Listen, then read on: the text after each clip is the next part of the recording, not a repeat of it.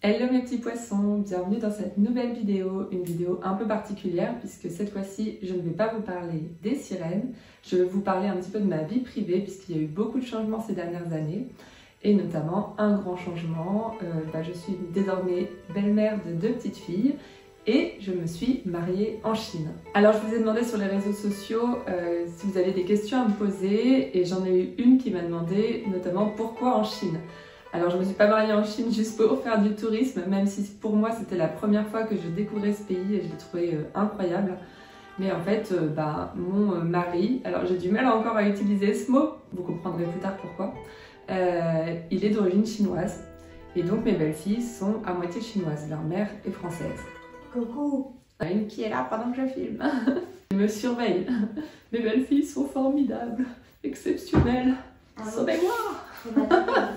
Alors pour commencer l'histoire, je ne vais pas tout vous raconter, si vous voulez en savoir un peu plus sur ma vie privée, n'hésitez pas à me poser des questions dans les commentaires, mais là je vais vraiment me focaliser sur ce mariage en Chine. Donc tout a commencé l'année dernière, en 2023, lorsque mon chéri m'a demandé en fiançailles. Nous étions alors en voyage à Oman, un très très beau pays d'ailleurs, je vous le conseille. J'étais super contente qu'il me demande, surtout qu'on en parlait depuis quelques temps, parce que ça fera peut-être l'objet d'une autre vidéo si vous avez envie d'en savoir plus à ce sujet, mais je trouve qu'être belle-mère dans une famille recomposée, c'est toujours un peu délicat, même si moi je suis très contente et je m'entends très bien avec mes belles-filles, mais on a envie d'avoir un statut.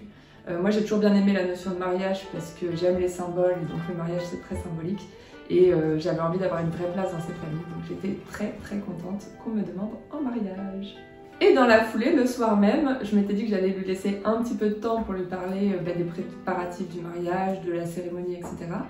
Et bien non, il m'a tout de suite dit qu'il souhaitait qu'on fasse un premier événement en Chine, parce qu'on avait prévu de partir en Chine, donc pour la première fois pour moi, cet été avec les enfants. Et il m'a dit, j'ai tout prévu dans ma tête, mes parents vont nous organiser une cérémonie en Chine.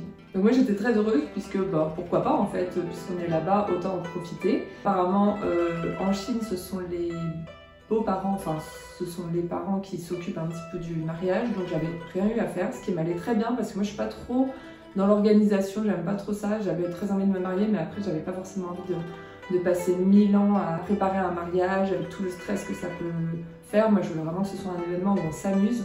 Ses parents allaient se charger de tout. On m'a demandé comment étaient les traditions en Chine. Alors je peux pas vous répondre parce que déjà la Chine c'est grand et je pense que les traditions elles changent en fonction des régions.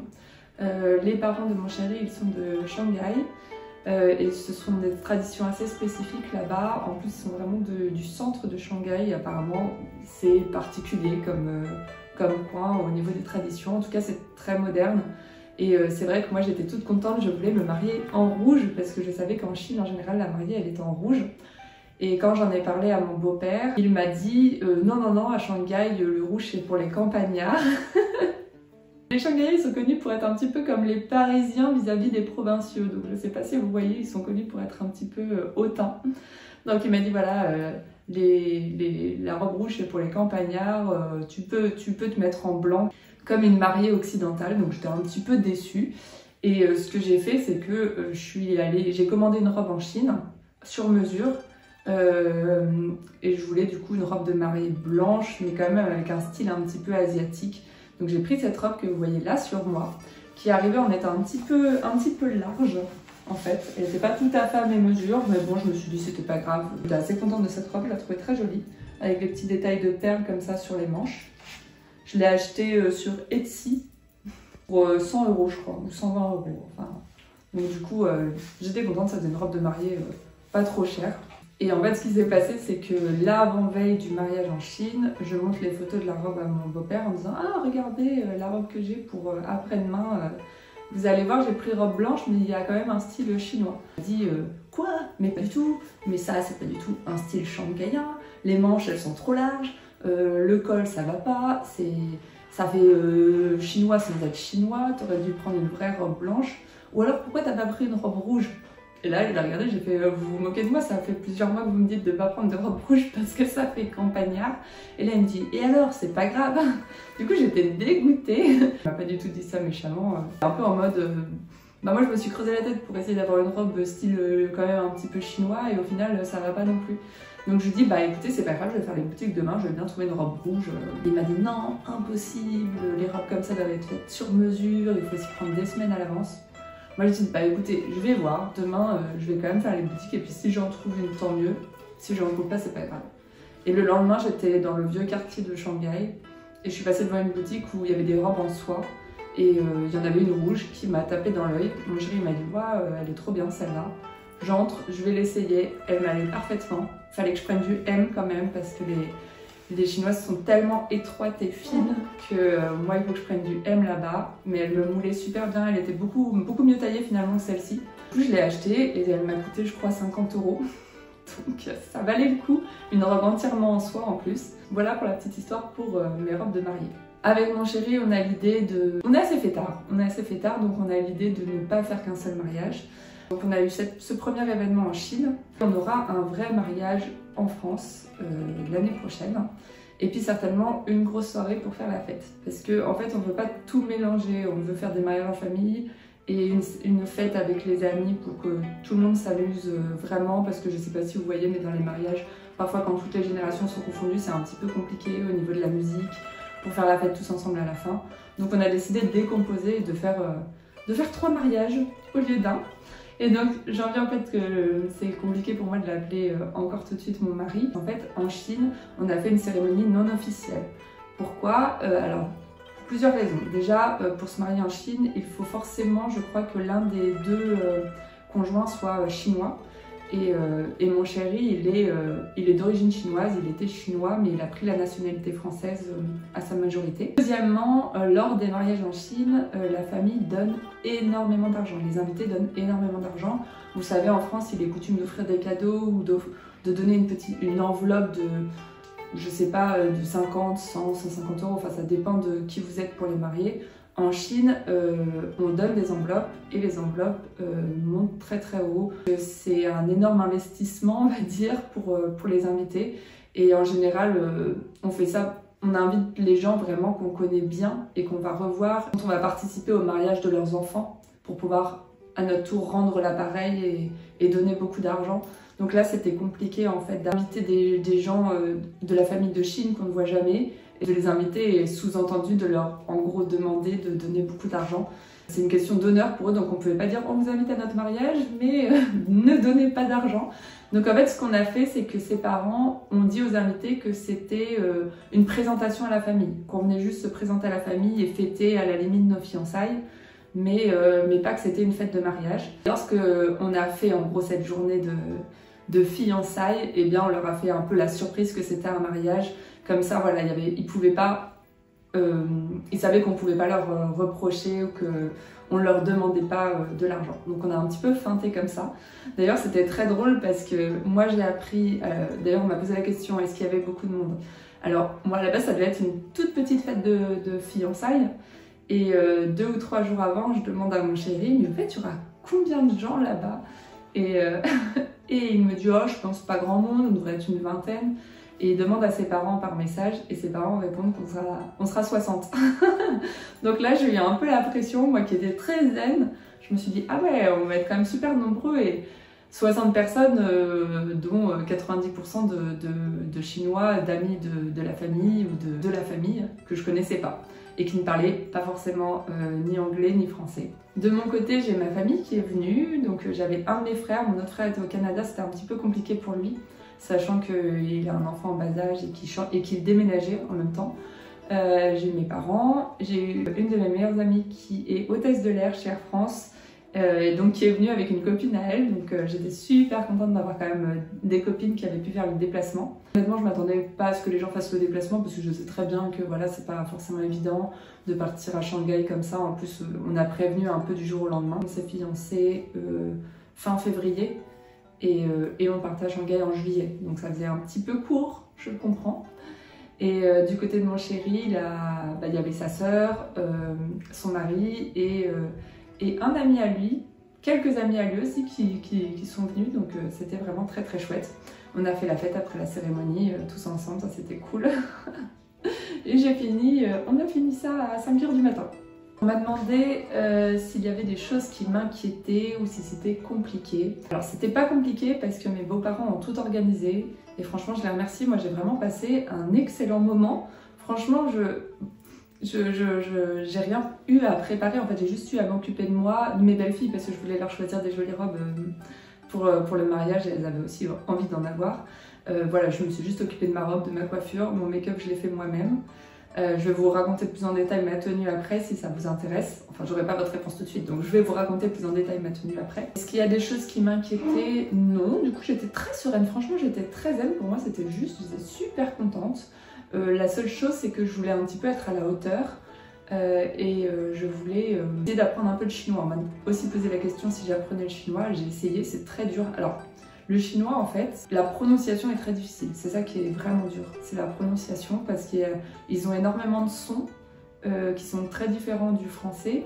Et la variation des sons est parfois tellement infime pour notre oreille française qu'on ne l'entend pas. Alors que pour eux, ça fait une énorme différence et le mot peut changer du tout au tout juste avec une question d'accent, en fait.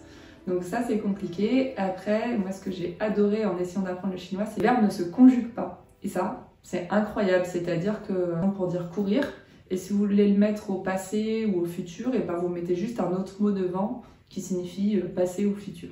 Donc ça, c'est trop bien. Moi qui déteste la conjugaison et toutes les règles de français, ça m'a vraiment soulagée d'apprendre ça. Ça m'a donné envie d'essayer davantage d'apprendre le chinois. À la base, je suis vraiment pas douée en langue, donc j'essaye d'apprendre, mais franchement, c'est petit à petit. Voilà. Et en plus, la difficulté là-bas, c'est qu'on était à Shanghai, et à Shanghai, les gens parlent le shanghaïen. Alors peut-être pas la jeune génération, mais en tout cas l'ancienne génération parle le shanghaïen. Donc les parents de mon chéri, par exemple. Le shanghaïen est très différent du mandarin, en termes justement d'accent et de prononciation, encore une fois, et de tonalité. Donc voilà, moi j'essaye d'apprendre le mandarin parce que c'est logique que j'apprenne la langue la plus parlée quand même. Mais voilà, il y a des différences. Pour le mariage, j'avais quand même pris plein de notes sur mon téléphone avec plein de traductions que j'avais notées et du coup j'essayais d'aller voir toutes les tables en leur disant merci d'avoir été là. Je sais dire un truc en chinois, c'est je suis une sirène. Alors je vais essayer de bien le dire parce qu'une fois je l'ai dit devant un chinois qui m'a regardé en mode ah non, ça se prononce pas du tout comme ça. Oh, chemenyu. Voilà. S'il y a des gens qui parlent chinois dans les commentaires, vous pouvez me dire si je l'ai bien prononcé ou pas. Je stresse. Alors concernant ma tenue, donc j'avais ma belle robe rouge en soie. Les chaussures, alors là c'était très drôle, je me suis dit, les chaussures, en Chine il y a plein de magasins pas chers, donc je vais pas m'embêter et j'achèterai mes chaussures en Chine. Je me dis, je trouverai certainement des petites boutiques avec des chaussures à 15 € quoi.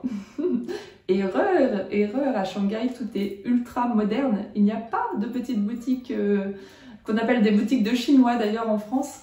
Il n'y a que des grands magasins de luxe, ou alors il faut vraiment connaître pour les petites boutiques, mais en fait maintenant les Chinois achètent la plupart du temps en ligne et ils se font livrer le jour même, sauf que leurs sites sont tout en chinois. J'ai essayé un peu de demander à ma belle-mère mais c'était compliqué, j'ai un peu galéré à trouver mes chaussures et là mon chéri est parti dans un grand centre commercial qui était juste en face de notre hôtel et il revient et me dit ouais j'ai trouvé des trop belles chaussures qui te plairaient et là il me montre des chaussures mais incroyables, magnifiques. Des espèces de sandales à talons avec des écailles, avec des strass sur les écailles blanches. Et je le regarde, je lui fais c'est trop beau, mais c'est quelle boutique? Et là il me dit bah c'est Sergio Rossi.